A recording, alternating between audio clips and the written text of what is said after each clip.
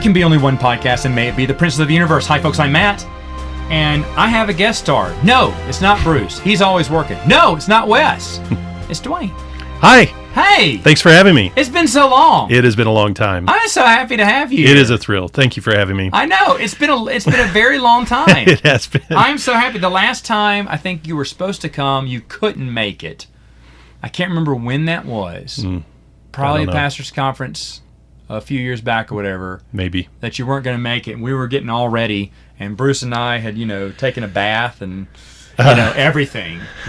Wore some nice wash clothes and stuff, and then you didn't show. We're like, well, what was the purpose of bathing? Can I just say that I miss your old theme song? I used to sing along with it and turn my radio all the way up in the car and listen to it. So well, I really miss it. We got on YouTube, and they kept flagging me. For taking that Queen song. Have you tried? It was a hand slap thing, like this music, and I'm guessing they kept it up there, but they said this is copyrighted music. You can't use this, but that makes sense. But the thing was, I guess you can only play 10 seconds of it, and I was playing 30. Or 20. I was playing too much of the allotted time. Correct. So I got rid of it. I miss it too. Have you tried other tracks from that soundtrack to see if you can get away with one of the other ones? I mean, it's a kind of magic. It's a kind of magic. Who wants to live forever? Oh man, everything. Or what's the Kurgan song? I was don't lose your head. Don't lose your head. Boom, boom, boom, boom, boom, boom. That soundtrack played a very significant role in my life at a specific time in my life. It was very important to me. I had the tape. Yeah. The tape, and I would play it in the car all the time. Oh, and I didn't skip a single song. Right? Either. No, you don't skip on that one. You don't skip.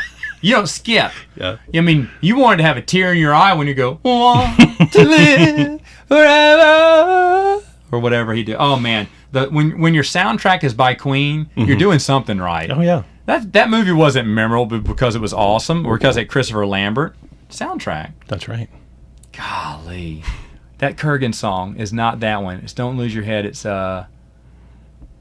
I'm trying to think of the chorus, but when it starts off with the newscast. A headless corpse. His body has no name. I know his name. Here I am. Yes. Yeah. And I was like, yeah, and then it ends with "There can be only one," and then all the windows getting shut out and him screaming. Yeah. You're like, oh, look.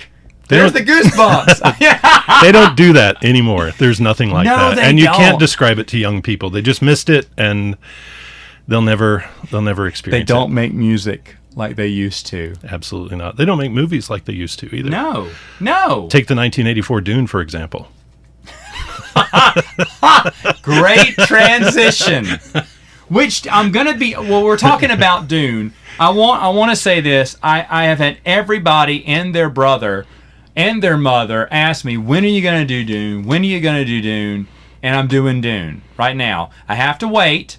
A while because we are doing spoilers. This is all spoilers. I just don't like to do one. A lot of people like to review it right then and there. I'm like, well, I can't watch it if someone hasn't watched it yet. Now, if you haven't watched it in the first 2 weeks, you're probably not going to watch it. So, could have done it earlier. But now we're talking about Dune, and I can't find the notes I made earlier unless they're in this pocket. Yes!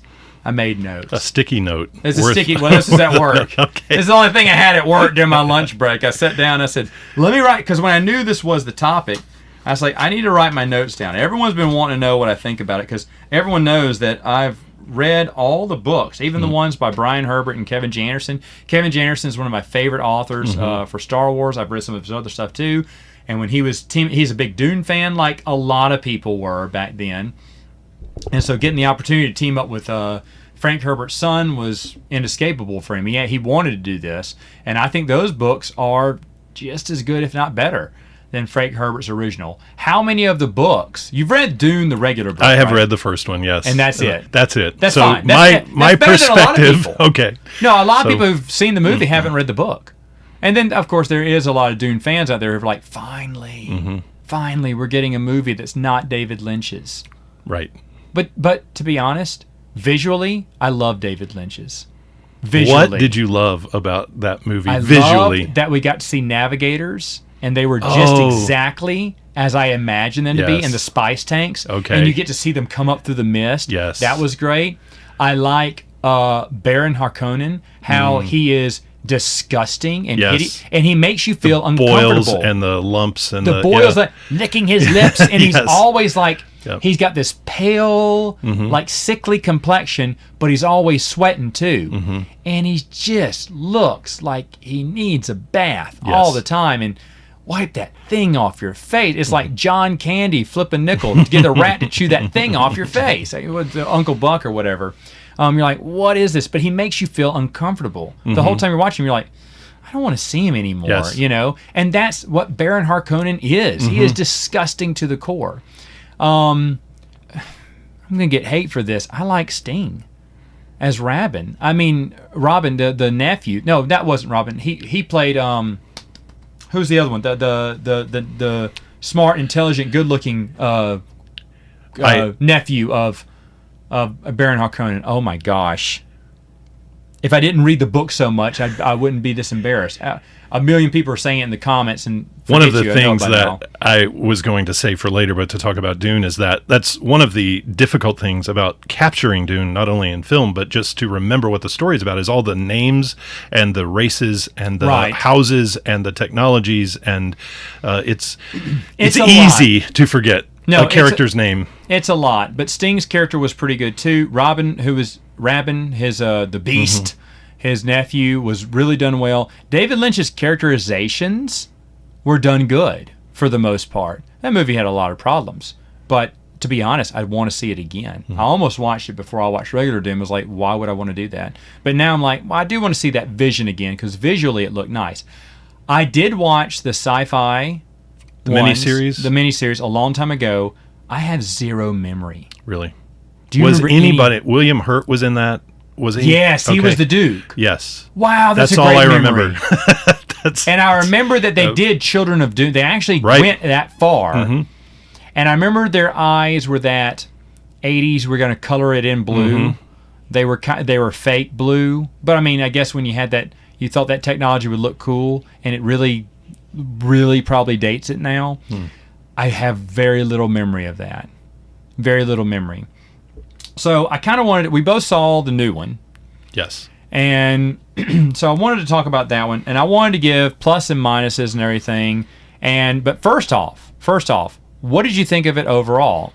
Overall, I was entertained. Yes. And that is a high, order of something that trying to get something that's actually entertaining now, that I'm not falling asleep or checking my phone in the middle of. It's a tall order. Isn't that wild how we gauge something now by how far it keeps us engaged? Yes. Now it's not if the movie's good anymore. Did it keep us engaged the whole time? The entire time. Was I looking at my phone, or did I get up and go to the bath? A lot of things are streaming now. Did I get up and just go get popcorn and say, no, keep it playing? That's a bad sign. I did not lose interest. I did not lose interest one time. I was entertained. Yes, I did too. I liked it visually. I liked the soundtrack a whole lot. I listened to things like that. Visual I already kind of knew based on the trailer. And I liked a lot of the, and when I say by visual, let me be specific. Thopters. Yes. Which are that's, I don't know how much you want to get into the visual aspects of it, but that was absolutely, to see those. The 1984 version just had shuttles, or they didn't really capture the true essence or the true design of what it is. And that was the design. Those were really cool. And they got it perfectly. They nailed that. And they nailed a lot of things visually and everything, I thought. The way a Mentat would lose his pupils every time he did some calculations. Yes. That's not mentioned in the book, but it is mentioned where he's doing the calculations in his head. Mentats are human computers. Yes. And so I get that. The moment they first showed him doing that, I was like, that's kind of cool. I like that. And here's the thing. For me, I want to start off with what I don't like and then end on what I like. Okay. Because I just feel like if I start about what I like, and then I go into what I don't like, people are going to think I hate it. Because there's a few things I don't like. Well, a few of them. Okay, I mentioned them to you before you saw it. Now I apologize because I hope I didn't paint a picture in your head about what you should like and not like. First off, I'm just getting to some of the things I didn't like. I loved how David Lynch portrayed some of his characters and how they got a look to them. There are a lot of characters in this that I absolutely loved. Absolutely loved. However, Lady Jessica was not there for me. She was bland. Yes. I didn't really see anything special in her. I know her backstory. I know in the book she seems to have just a better, more prominent role. And in this one, she was just there as Paul's mom. Don't hurt Paul. Don't hurt Paul. Protect Paul. Where's Carl? You know, that kind of mentality. And I thought that was kind of... I mean, like I said, part 2 may get... Because she has a storyline. But what did you think of... Yeah, even in tense moments, her facial expressions were very flat. Yeah. And maybe I'm being overly critical there. I'm not an actor. My son has a poisonous needle to his neck. I know what's going on, but I'm going to remain calm. Very and hope stoic. for the best. Yes. And I know she's a former Bene Gesserit who can't have emotions and has to be like Spock. I get that. But at the same time, just as an actress, it seemed like she just wasn't there, or maybe she didn't have direction, or maybe she didn't know the camera was rolling. I don't know. I thought I recognized her from something, but I couldn't find anything on IMDb that I recognized. But has she been in something that... I'm sure she has. I'm sure I've seen it, and I'm sure I do not know. I'm the world's worst. My wife, that is who I look to go, hey, who's that lady I thought was good? And Spider-Man, Emma Stone. Is it Emma Stone? Yes. In Spider-Man, what is she? I said, yeah. Is that her? Is this her? Yeah, that's her. Okay. That's the girl from Spider-Man. I don't know. I don't know actresses or actors' names. I mean, a few actors, of course, I know. But I'm like, hey, it's the person who played the blah, blah, blah, and so. That's how I know them. This movie had a girl from Spider-Man, too. Is that not the... Who? The new Mary Jane? Oh, holy cow. Is that Chaney? Am I wrong? What? Yeah, Okay. maybe so. Oh, see, I didn't catch that. Probably because Mary Jane means nothing in the new That's right. movies. Nothing. I'm Peter Parker's non-existent, not hardly seen, never talked about, completely boring. I'm in all the boring scenes of Spider-Man, folks. Okay, but yeah, you're probably right. That is her. Wow, that's interesting to think about. Or it looks like her, at least. If only we could confirm these things. If only we had access to all the information. If only there was something, a website maybe, that could tell us this stuff. You're probably right. But Lady Jessica, not a fan. I'm trying to read this note, and I shouldn't have written this on the corner of something. I don't know what that means. Okay. Oh. Okay, these aren't in any order now, I see. I talked about this one, not showing the worm, the whole worm, until the end, I thought was stupid. Because that's like a movie trope now. Don't show Godzilla toward the end. Don't try. And that's why we watched Kong Skull Island together a long time ago when you were in. And I was shocked when they showed him at the very beginning. I mean, we didn't see his hand or an eyeball. Yeah. We saw Kong. Boom, roll opening scroll. And it was a big scene, too. And I was like, now that was refreshing. Because I thought this was going to be a movie. We're going to have humans for about 45 minutes, an hour, and then we're going to start seeing a hand, a footprint, a leg, some fur, an eye, and then suddenly, the big giant score, and there he is, finally. For the last 5 minutes of the movie. For the last 5 minutes of the film, like Godzilla does. Right. Like Godzilla did. What a boring movie until you get to It the used end. to be budgetary reasons they would do that in monster movies, I think, There's more no than reason anything, but these not days. anymore. I came to see a big monkey Yes. tear things up, and I want to see it from the first minute. see it now. I don't want a romance. I don't care about anything else. I want to see a big monkey. It came from the monkey. Wrecking stuff. But that they did that, and then they went to the humans. Yes. And then we had a little... That's but fine. you know what? It was great because we got I got to my see monkey. him. Yep. You got your monkey, and that was it. And I was like, wow, how refreshing. Yes. It was almost like, oh, wait, you can do it differently now? Yes, and still be within budget. So... And the perfect place for the worm, because in the book, the first time Duke Leto and Paul see the worm is when they're rescuing those workers. Yes. It's a great scene because the worms come up and they come out of the sand and swallow the whole thing. And Duke Leto's like, whoa, like he doesn't realize the enormity of the worms. And all they do is have him open up his mouth, and you kind of see an impression of him in the deep sand. Correct. But you don't get to see the whole thing because that's what you sit in the next 2.5 hours to see. I get it, but at the same time, I think they could have shown needed him more. earlier. Though I was impressed. I need more worm. I need more cowbell. I need more worm. I was impressed by the sense of scale of that scene. You have these tiny humans next to the big spice harvester, Yes! and then the huge worm eating the huge spice harvester. And they made a point to point that out, the size of everything, because when they escape this huge spice machine, harvesting machine, you think, okay, he's going to come up and swallow it. No, man, like half of the desert sinks. You know, that little harvesting machine is a speck in the sand at this point. I was impressed really cool. by that, but I needed more worm. Yeah, need more worm. So it's got to have more worm. Boy, I hope they're taking notes. I hope the students taking notes right now. I'm sure they're listening. Let's go watch Tremors. We'll get more worms. Oh, don't get me started. I love Tremors. All right, so it needed. Well, that's what it needed. It needed Kevin Bacon, honestly. It needed some Kevin Bacon. Definitely needed it. Could have had some Fred Ward in there too. Yes. Michael Gross definitely needs Michael Gross in there. Hunt the Worm, with his big gun collection. Dr. Yu, I love the actor. Thought he was good, but and again, spoilers, folks. He's the traitor. You see him for one scene checking on Paul for like a second.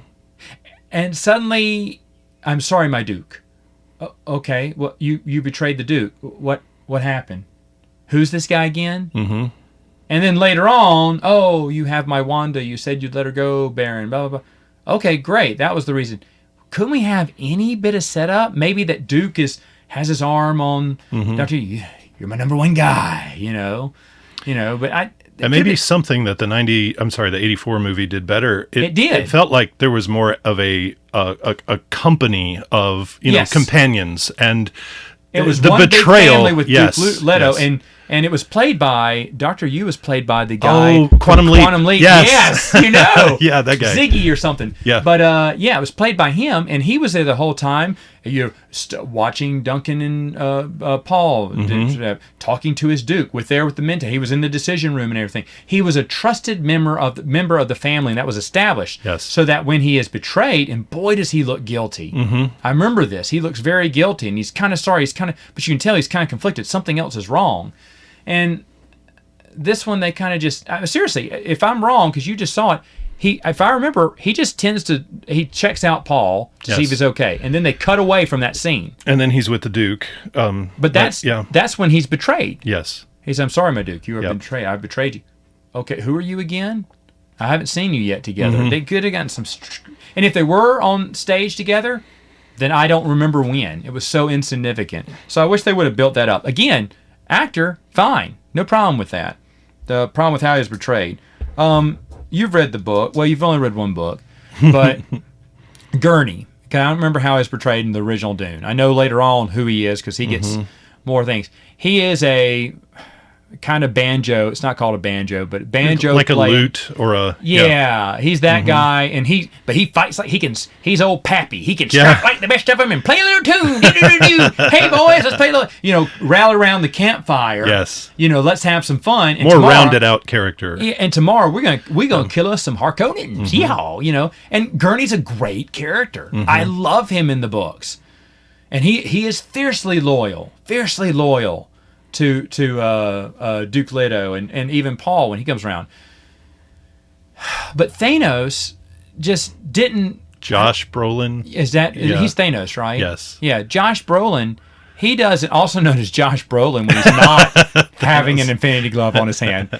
But it's just, and I like him as an actor, but man, Gurney can't have any fun. And to be honest, he felt one-dimensional. I don't know, my Duke. There was one throwaway line when they were sparring with the knives, and he said something about practicing, and Paul said, "I would rather you sing me a song." That was just the one throwaway line. Oh, I missed that. Okay, but that was the only indication that he had anything other than what you saw. Why can't he bring his little tune? Sing? He didn't have to sing a tune. I guess that'd be kind of silly now. But the thing is, though, it's Gurney. Yes, it's Gurney, and Gurney's not. Josh Brolin is. He looks like Superman. That's not. They could have Gurney. brought Patrick Stewart back for that role, wasn't he? Was he? Yeah. No. Wow, what a great memory. Yeah, but he's a average. Like he's a scrapper. He doesn't look like much, but he can scrap. He'll bite, pull your hair, poke your eyeballs. He fights dirty too, but he's just a little scrapper. He's always been. Yeah. You get the biggest guy in the room to play him. What? I mean, well, besides Aquaman, but you get that. But anyway, that's one issue. Speaking of, let's go to Aquaman. Duncan Idaho is central in the Dune mythos because he does die in the first one. If you haven't been reading the books, he gets brought back as a copied clone image for Paul Atreides and everything, and then he keeps getting cloned later on. I mean, Duncan's just essential to the whole storyline. And in this one, I don't know, because in the book, he gets drugged and he's drunk the night of the invasion. He doesn't. I mean, he puts up a little bit of a fight, but gets cut down. But he gets fooled and everything too, and he gets played the fool. Duncan is very heroic, that's true, but I don't know why they kind of changed it. And I'm glad Jason Momoa finally shaved, because beforehand, all I could look at him and see Aquaman. And I'm kind of shocked that they didn't tell him to shave earlier. You got to do something, because when you're leading a franchise with a face and hair like that, maybe it's in his contract he can't cut his hair. That may be true. That's fine. Maybe he doesn't want to cut his hair. That's fine. Shave. He did later on. Am I correct in thinking he wasn't shaved? He started unshaven when he first gets off he comes back from a mission or something at the very beginning. But I get it. He's been living with the Freeman. Yes, that's right. And so he had to grow out his beard. Yeah. Don't do that. Don't do that. Show him clean. How do you stay clean shaven with the Freeman? Who cares? Don't make him look like Aquaman. Don't make him like... I like Jason Momoa. I love him. And as Duncan, sure. Yeah, I can see him playing Duncan. He's very heroic. He has that nice fight scene. That's really cool. It happens, I think that fight scene happens in the palace or on the grounds. Yes. Where's that in the book? Doesn't it happen in the palace where he just slaughters a bunch of the protecting Emperor's men? Shotokar? Yes. Yeah. Giving them time to escape is what he's doing. So, and there's a great scene, great portrayal, but you got to make him look different. You can't make him look like Aquaman. I mean, bleach blonde his hair or something. He can do that. I would get him to be as separate from the Aquaman person. You know what I'm saying? He can't look the same. I don't know. Maybe that's easier said than done. But you have long hair and a beard. You're Aquaman. I did not watch Aquaman, and I've never seen Game of Thrones. I've read the books, but I didn't watch the show. Okay, and so I you have saw him as Duncan. I have no context. You for him. saw him as Duncan. Right. Okay, never mind then. Yeah, but well, guess what? A lot of people saw him as Aquaman. That's right. I bet it wasn't bad. It wasn't a bad movie. It wasn't bad.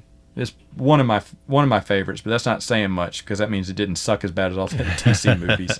But the Aquaman movie, yeah. Okay, last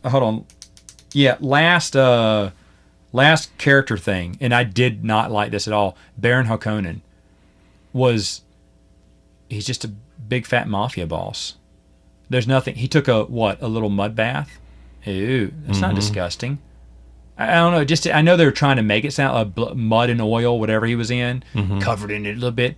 But he still looked like he was just... Was that Michael Madsen, by the way? Oh, no. I looked up who it was. Who was that? Oh, boy. Yeah, once again, if we only had access to... But anyway, he looked like a tired Michael Madsen. I recognized the character, and I recognized the actor, and I thought, that was him? And I didn't. Oh, okay. Because I didn't. And you know what? I could have looked at this.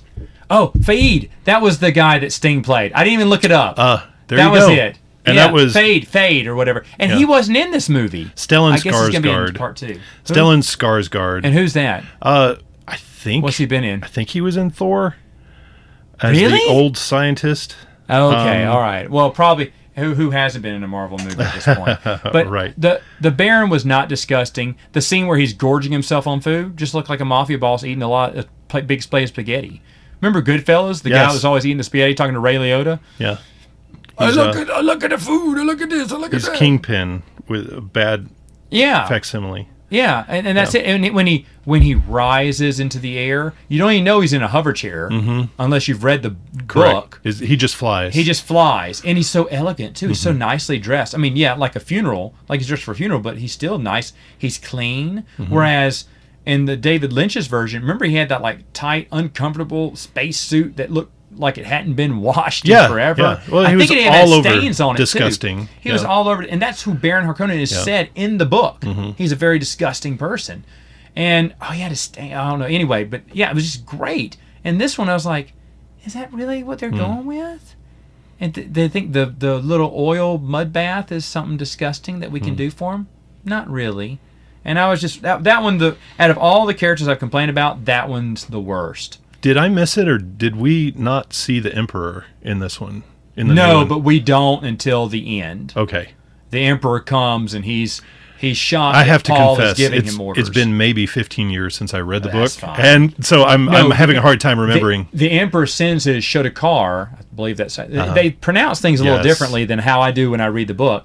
But when he sent his assassins to help Baron Harkonnen, he does not come because he's waiting for it to all happen. So I'm remembering the Sting movie because the Emperor is in the probably first scene. Oh, of is that he? movie. Okay. Oh no, they mention how the galaxy is. You're right. And he sees the navigator comes into his court. Yeah. Oh yeah. Oh man. Now we've got to watch it. We're go going to watch come back that. with a minute. Let's review that one. Now, the other things, I did not feel this way because I love Dune, but is the pacing. No, you said you enjoyed it the whole time. I You answered that did. I question. was not. Good. I'm happy to hear that because Yes. I was engaged the whole time too, but I thought, and this is what I told you about, I loved it. I'm hoping people loved it too. I'm afraid people may not love it, but it seems like that's not the case. So a lot of people told me they loved it. Beautiful cinematography. And so if something looks like a moving painting, if something is just beautiful, and that's what I have to say about this one, is that I don't know of a shot, Baron included, that wasn't beautiful and beautifully shot. I mean, that's what drew me in. That's what kept me engaged. Yeah. So and that's good. I was happy to hear you say that. I've heard some other people say that too. But I didn't feel that way, but I was concerned because I want this movie to make it because I want to see more. Sequel, and more. It seems like here's the other one: is the Mentats were not explained. Yes. And I knew what it was. I thought it was cool. It appears to me now that I'm seeing a few other people talk about it, no one cares that they didn't understand if someone didn't read it. I was thinking, are people going to understand what's going on when his eyes go blank? They kind of did some kind of noise, like a flipping noise. So maybe they understand, but do they understand he is human? He's just a human computer. I mean, you don't have to spoon feed the audience, but at the same time, it's like, there's a lot. This world is vastly different, is very creative, very imaginative, and very different from anything else from other sci-fi, which is why the book was so big. But I just felt like maybe that was... But obviously no one else thought that. No one missed it, or no one thought like, oh, I don't understand what this is. With a source material this rich and detailed, I'm sure that a screenwriter and a director get to a point where we have to explain so much. You get to a certain point. Yeah. What makes Star Wars work so well is that you turn on a lightsaber and it just works. You don't have to stop you don't have to and explain it. Yeah, that's true. And then these are weird guys who can do calculations, and so there must be something we don't mechanical or technological going on with them. I'll learn it in the supplemental book that comes out about the movie later. Or maybe on. this will be in the next one. They'll talk more about it. And technically, you don't really have to explain it either. But yeah, that's just my insecurities about this movie not making and me not getting to see anymore. And the other thing that I'll be honest, I didn't like about it, the continued part. And you're like, okay, and by the way, folks, they did get to the halfway point. They're like, they didn't even get to the halfway point. Yeah, they did. There's a lot of exposition in Dune, the first half. It's all exposition, the first, honestly, 7 chapters or so. I didn't realize that till rereading it just this past year. I was like, what is going on? Lady Jessica's telling Paul all about the history of Dune and yada yada. And then Duke Leto's telling him about the politics of Dune and what's going on and why their family's taking over. And then... Robin, the Baron Harkonnen, is explaining to his nephews how the Emperor is and what the state of the world is like, how important spice is. It's just exposition to set you up to understand. It's just front loaded with this world building. The book is just all of this, and this that is detail. The first third of the book. Yeah. It's just trying to get you included in what's going on. What are the words for all of these? The Bene Gesserit, who are they? Lady Jessica has to sit down and talk to Paul in the next chapter about what the Bene Gesserit are, how they came about, what they can do, what makes them so special. The whole birthing, thing, and how it's gotten messed up, and how Paul's here, and yada yada yada. It's all that. But then they end this on to be continued. And, I mean, they stopped it at the right time, because the second part leads us to a different story when he walks away with the Freeman. Was that the best thing to do? It felt anticlimactic. It does. Unless you have a sense of what's coming next and you're thinking, oh, okay, this is a place to hit pause. If you're thinking like a series, if that were a TV series, that would be an okay place to stop episode. An episode. 1. Yeah. That's exactly, it is anticlimactic, which is why they show the worm at the end. To give you some kind of, That's exactly, you just pinpointed why they showed the worm at the end. Because that's what it was. Because they said, wow, this is really sucky ending. We're in it. Hey, can we just wait and show the worm to the end so they can go, ooh, a worm? That's cool. I like worms. I had fun. Instead of going, that's it? Walking into the desert and disappearing? Okay. Womp, womp, womp, womp. But, so we're going to talk about what's good. And we're going to do that next time on Princes of the Universe.